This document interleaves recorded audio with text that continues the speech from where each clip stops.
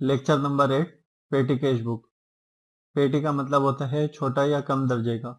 तकरीबन हर कारोबार में छोटी छोटी कैश पेमेंट्स होती हैं, जैसे आने जाने के लिए किराया, सामान को एक जगह से दूसरी जगह पहुंचाने का खर्चा, खतो किताबत का खर्चा वगैरह। ऐसे खर्चे आमतौर पर रोजाना की बुनियादों पर बार बार किए जाते हैं। अगर ऐसे छोटे छोटे खर्चों को कैश बुक में रिकॉर्ड किया जाए तो इतने सारे छोटे छोटे खर्चे कैशियर को रिकॉर्ड करना बहुत मुश्किल होगा। तो इस काम को आसान करने के लिए एक अलग पेटी कैश बुक बनाई जाती है और जो शख्स इसे बनाता है उसे पेटी कैशियर कहते हैं। पेटी कैश के दो सिस्टम्स होते हैं। Number 1 ordinary system, number 2 impress system. Ordinary system में जरूरत पड़ने पर कैशियर को एक लमसम अमाउंट दे दी जाती है, जबकि इम्प्रेस सिस्टम में कैशियर को एक अंदाजे के मुताबिक कैश एडवांस दे दिया जाता है। यह पेटी कैश का फॉर्मेट है। इसके ये कॉलम्स और ये आखिर वाला कॉलम हमेशा सेम रहते हैं और ये कॉलम्स बिजनेस के नीड्स के हिसाब से चेंज होते रहते हैं। इन कॉलम्स को यहाँ हम बारी बारी समझ लेते हैं। कैश रिसिट्स, इस कॉलम में खर्च करने के लिए जो कैश वसूल होगा उसे रिकॉर्ड करेंगे। डेट और पर्टिकुलर्स का कॉलम प्रीवियस टॉपिक्स की ही तरह इस्तेमाल होगा। वाउचर नंबर, इस कॉलम में वाउचर नंबर लिखते हैं। वाउचर एक डॉक्यूमेंट है जो हर खर्चे की रसीद के तौर पर कारोबार में बनाया जाता है। टोटल के कॉलम में वर्टिकल और हॉरिजॉन्टल जो जो अमाउंट होते हैं इनका टोटल लिखते हैं। अदर एक्सपेंसेस या मिसलेनियस में हम उन खर्चों को रिकॉर्ड करते हैं जिनका हमारे पास कोई कॉलम नहीं होता। हम सिर्फ उन खर्चों के कॉलम्स बनाते हैं जो ज्यादातर हो रहे होते हैं और उन खर्चों को मिसलेनियस में लिखते हैं जो शादिर और नादिर ही कभी हुआ करते हैं। अब आते हैं चेंजेबल कॉलम्स की तरफ।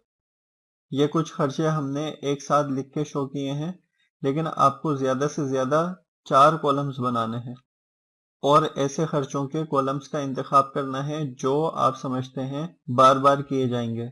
जैसे हमने यहाँ इस फॉर्मेट में सिर्फ 4 इनमें से मुंतखब करके लिख लिए हैं।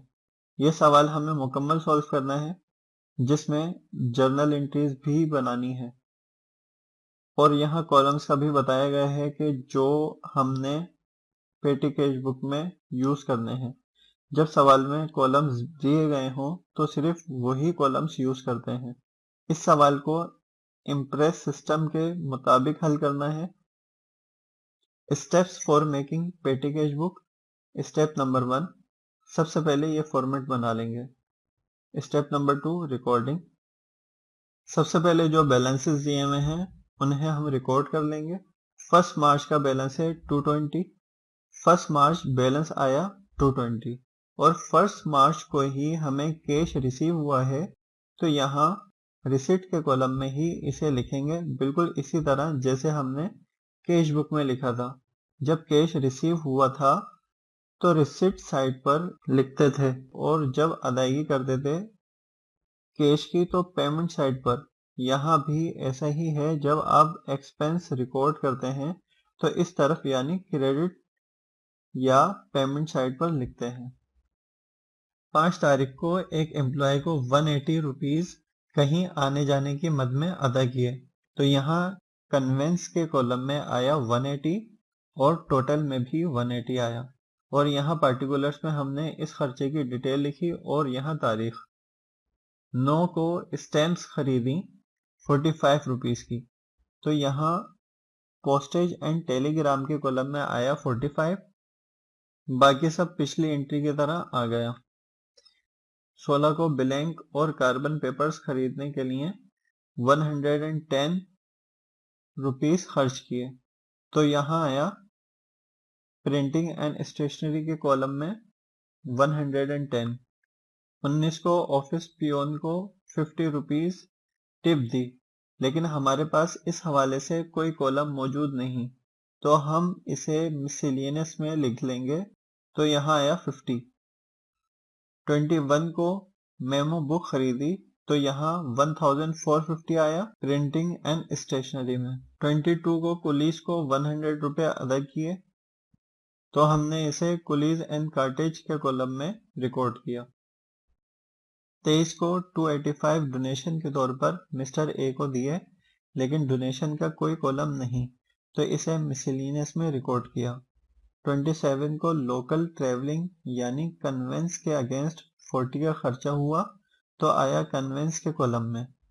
29 को फाइन पे किया, तो इसे हमने मिसलेनियस के कॉलम में रिकॉर्ड कर लिया। 31 को लेटर पोस्ट किया 120 में, तो पोस्टेज एंड टेलीग्राम के कॉलम में इसे लिख लिया। स्टेप नंबर 3, बैलेंसिंग ऑफ पेटी कैश बुक। बैलेंसिंग में सबसे पहले इन सब कॉलम्स का टोटल करेंगे, इसके बाद इस टोटल के कॉलम का भी सम कर लेंगे। अब हम ये चेक करेंगे कि ये 2530 क्या बराबर है इन कॉलम्स के टोटल के। 165 plus 100 plus 220 plus 1560 plus 485 equals 2530। जी हाँ, ये दोनों बराबर हैं, यानी हमने टोटल करने में कोई गलती नहीं की।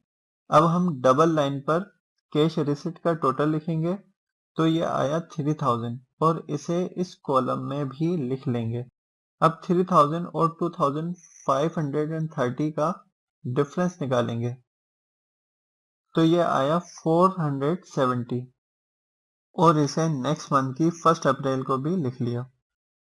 अब इसके बाद सवाल में कहा गया है कि 1 अप्रैल को रिम्बर्समेंट भी करना है, लेकिन अमाउंट तो सवाल में कहीं भी दिया ही नहीं गया, तो अब किस तरह रिम्बर्समेंट करेंगे, आइए देखते हैं।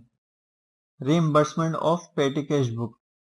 अगर सवाल में रिम्बर्समेंट का अमाउंट नहीं दिया गया हो, तो आप प्रीवियस मंथ का टोटल अमाउंट देखेंगे कि रिम्बर्समेंट के बाद कितना हो गया था।